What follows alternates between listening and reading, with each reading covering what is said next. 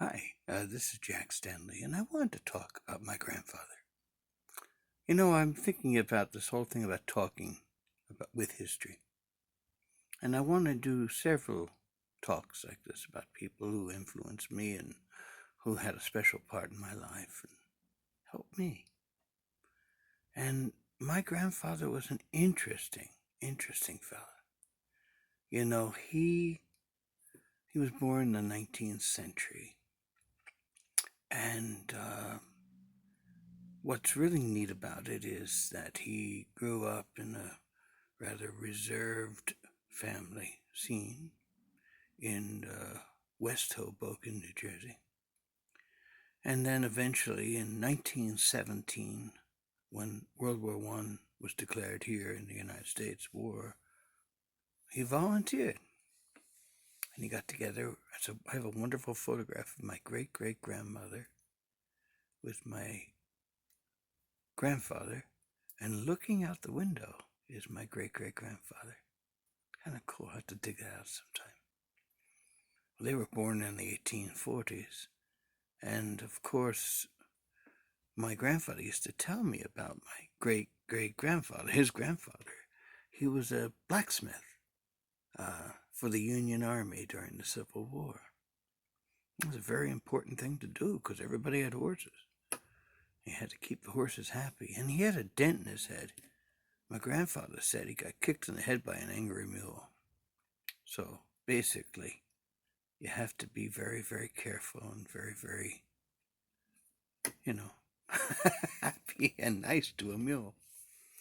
But the thing is that he finally settled down. He was a little older, and he finally got married. And his wife's name was Ethel. And they didn't have any children for a long time. And finally, in 1935, she gave birth to a daughter. That was my mother. And she died in childbirth, unfortunately. And my grandfather had to try to raise a daughter by himself, and he didn't do it very well. He had lots of problems, and people were coming and helping, and he said he had to settle down and get married again. And he married the worst person he could ever marry. This was my step grandmother. I will say it now.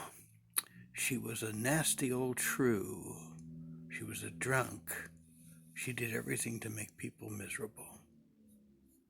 And the person she really hurt the most was my grandfather. She just berated him and treated him so bad. He was a gentle, dear soul. He was smart. He was artistic. He loved music. He loved comedy. He loved all kinds of, many of the things I like. He liked ships.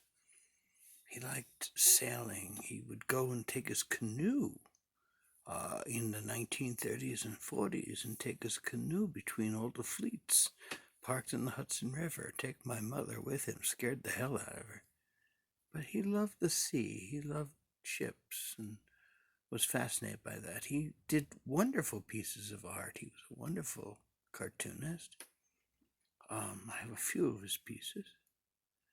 And the interesting thing as he got older, his life was pretty limited.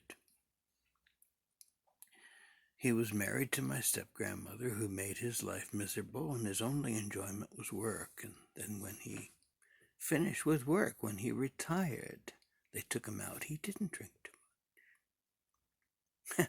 But when they took him out to drink, he saw Jello in front of him wiggling, and he just went Jello, and he was all happy, very happy. It was fun when my grandfather had a couple of drinks in him. He really became the life of the party, because it was so repressed. But the great joy for my grandfather happened a few times a week. It's rather bizarre, I will admit, very strange, but he had a desire to present garbage in its highest art form. So, a few times a week, our garbage would be ready. He would put it all together, decorate it, put a great big bow on it. Then he would dress up in his finest and take out his creation. Well, the neighbors took notice, as did the sanitation department. In fact, we received a letter from the sanitation department saying that we have the most beautiful garbage in the entire town. I'll take that. And he also did other stuff. I remember sitting in the basement of the house and talking with him. And he said, "Do you know about the waltz?" And I didn't know what a waltz was. And so he taught me how to waltz. 1, 2, 3, 1, 2, 3. And after I just sat back down and watched him, and all of a sudden an imaginary orchestra in his head was playing, and he danced around the floor and had a grand old time. He was so much fun to watch. He had been badly wounded in World War I. Actually, this ring right here saved his life. It reflected the sun. And I wear this in his memory. He's a fascinating man. Very sad man. But I must tell you, a person who gave me a great deal of joy and taught me so much and shared so much with me. I think of him quite often. He's been gone well over 50 years. But to my grandfather, thank you. Here we are, much more than a half-century later, and you still, in spirit, are with me. I can picture you, I can hear you, everything about you was such a special part to me, and I truly appreciate it. And I just wanted to say this about him. A really special, unique individual, I will admit. Yeah, I mean, we had the nicest looking garbage. Nobody will ever have garbage as beautiful as ours. And my grandmother remained as nasty as ever, even after his death. He kept a diary. I keep a diary too, and it was fascinating. I loved to read it. He talked about all kinds of events and this, that, and everything else. And I told my step-grandmother I'd love to have that, and then she threw it out. That's the kind of person she was. I got even, of course. When she died, she wanted this grand funeral. I put her in a cheap box and dumped her in a graveyard without a headstone.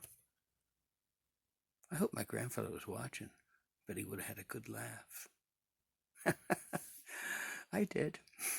So, nonetheless, I figured I'd share this with you. Have a good day, and thanks, Grandpa.